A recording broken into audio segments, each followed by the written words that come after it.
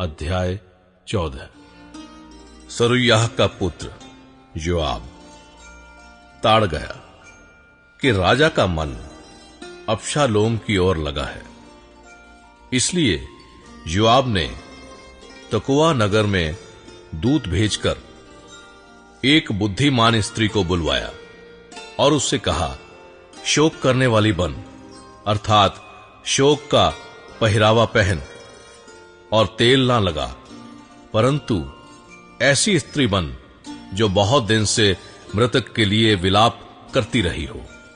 तब राजा के पास जाकर ऐसी ऐसी बातें कहना, और योआब ने उसको जो कुछ कहना था वो सिखा दिया। जब तकोआ की वो स्त्री राजा के पास गई, तब मुंह के बल भूमि पर गिर दंडवत करके कहने लगी, राजा की दोहाई।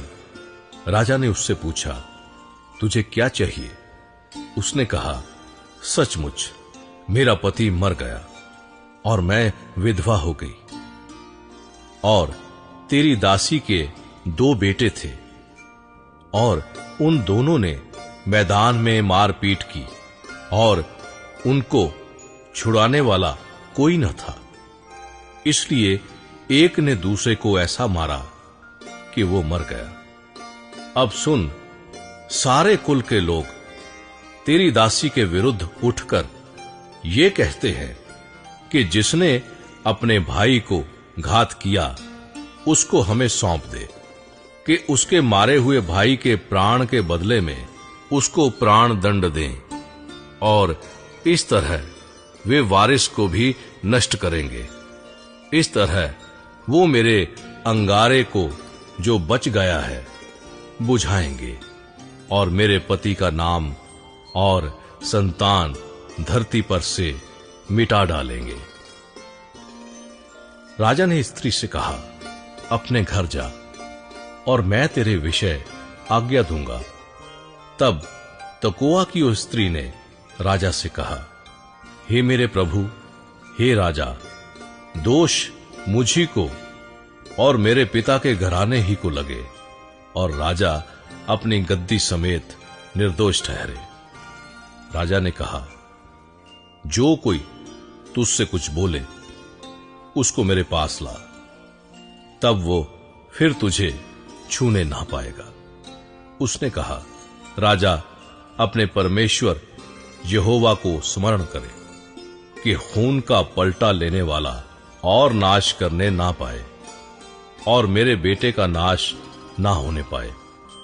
उसने कहा, यहोवा के जीवन की शपथ, तेरे बेटे का एक बाल भी भूमि पर गिरने ना पाएगा।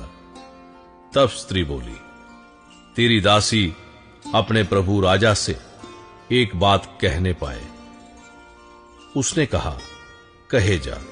स्त्री कहने लगी, फिर तूने परमेश्वर की प्रजा की हानि के लिए ऐसी ही युक्ति क्यों की है? राजा ने जो वचन कहा है, इससे वो दोषी सा ठहरता है, क्योंकि राजा अपने निकाले हुए को लौटा नहीं लाता। हमको तो मरना ही है, और हम भूमि पर गिरे हुए जल के समान ठहरेंगे, जो फिर उठाया नहीं जाता।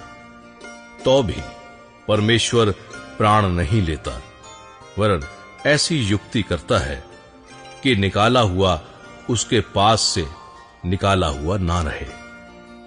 अब मैं जो अपने प्रभु राजा से ये बात कहने को आई हूं, इसका कारण ये है कि लोगों ने मुझे डरा दिया था। इसलिए तेरी दासी ने सोचा, मैं राजा से बोलूंगी, कदाचित राजा अपनी दासी की विनती को पूरी करे। निस्संदेह राजा सुनकर अवश्य अपनी दासी को उस मनुष्य के हाथ से बचाएगा, जो मुझे और मेरे बेटे दोनों को परमेश्वर के भाग में से नष्ट करना चाहता है। अतः तेरी दासी ने सोचा, मेरे प्रभु राजा के वचन से शांति मिले, क्योंकि मेरा प्रभु राजा परमेश्वर के किसी दूत के समान भले बुरे में भेद कर सकता है। इसलिए तेरा परमेश्वर यहोवा तेरे संग रहे। राजा ने उत्तर देकर उस स्त्री से कहा, जो बात मैं तुझसे पूछता हूं उसे मुझसे ना छिपा। स्त्री ने कहा, मेरा प्रभु राजा कहे जाए। राजा ने पूछा, इस बात में क्या योआब तेरा संगी है? स्त्री ने उत्तर देकर कहा, हे मेरे प्रभु, हे राजा, तेरे प्राण की शपथ, जो कुछ भी मेरे प्रभु राजा ने कहा है उसमें कोई ना दाहिनी ओर मुड़ सकता है और ना बाईं ओर। तेरे दास योआब ही ने मुझे आज्ञा दी और ये सब बातें उसी ने तेरी दासी को सिखाई हैं। तेरे दास योआब ने ये काम इसलिए किया कि बात का रंग बदले और मेरा प्रभु परमेश्वर के एक दूत के तुल्य बुद्धिमान है। यहां तक कि धरती पर जो कुछ होता है उन सब को वो जानता है। तब राजा ने योआब से कहा, सुन, मैंने ये बात मानी है, तू जाकर उस जवान अश्वालोम को लौटा ला। योआब ने भूमि पर मुंह के बल गिर दंडवत कर राजा को आशीर्वाद दिया और योआब कहने लगा, हे मेरे प्रभु, हे राजा, आज तेरा दास जान गया कि मुझ पर तेरे अनुग्रह की दृष्टि है, क्योंकि राजा ने अपने दास की विनती सुनी है। अतः योआब उठकर गशूर को गया और अबशालोम को यरूशलेम ले आया। तब राजा ने कहा, वो अपने घर जाकर रहे और मेरा दर्शन ना पाए। तब अबशालोम अपने घर चला गया और राजा का दर्शन ना पाया। अबशालोम को दाऊद का दर्शन मिलना। समस्त इस्राएल में सुंदरता के कारण बहुत प्रशंसा योग्य अबशालोम के तुल्य और कोई न था, वरन उसमें नख से शिख तक कुछ दोष न था। वो वर्ष के अंत में अपना सिर मुंडवाता था, उसके बाल उसको भारी जान पड़ते थे, इस कारण वो उसे मुंडाता था। और जब जब वो उसे मुंडाता तब तब अपने सिर के बाल तौलकर राजा के तौल के अनुसार 200 शेकेल भर पाता था। अबशालोम के 3 बेटे और तामार नामक एक बेटी उत्पन्न हुई थी।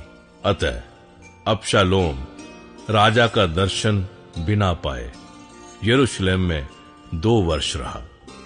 तब अबशालोम ने योआब को बुलवा भेजा कि उसे राजा के पास भेजे, परंतु योआब ने उसके पास आने से इनकार किया।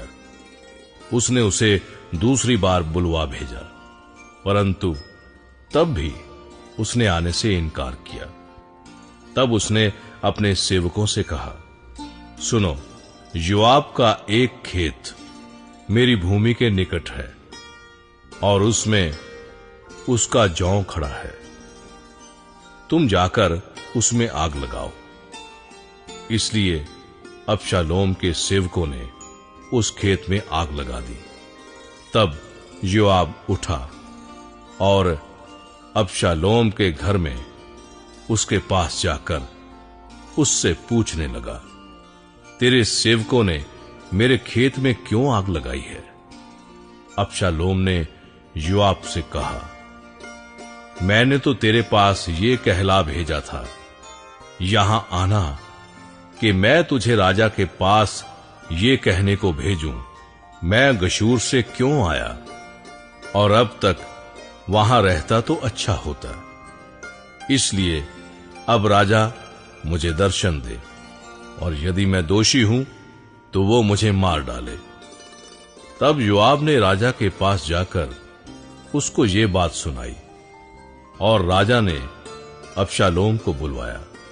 अतः वो उसके पास गया और उसके सम्मुख भूमि पर मुंह के बल गिर के दंडवत की और राजा ने अबशालोम को चूमा।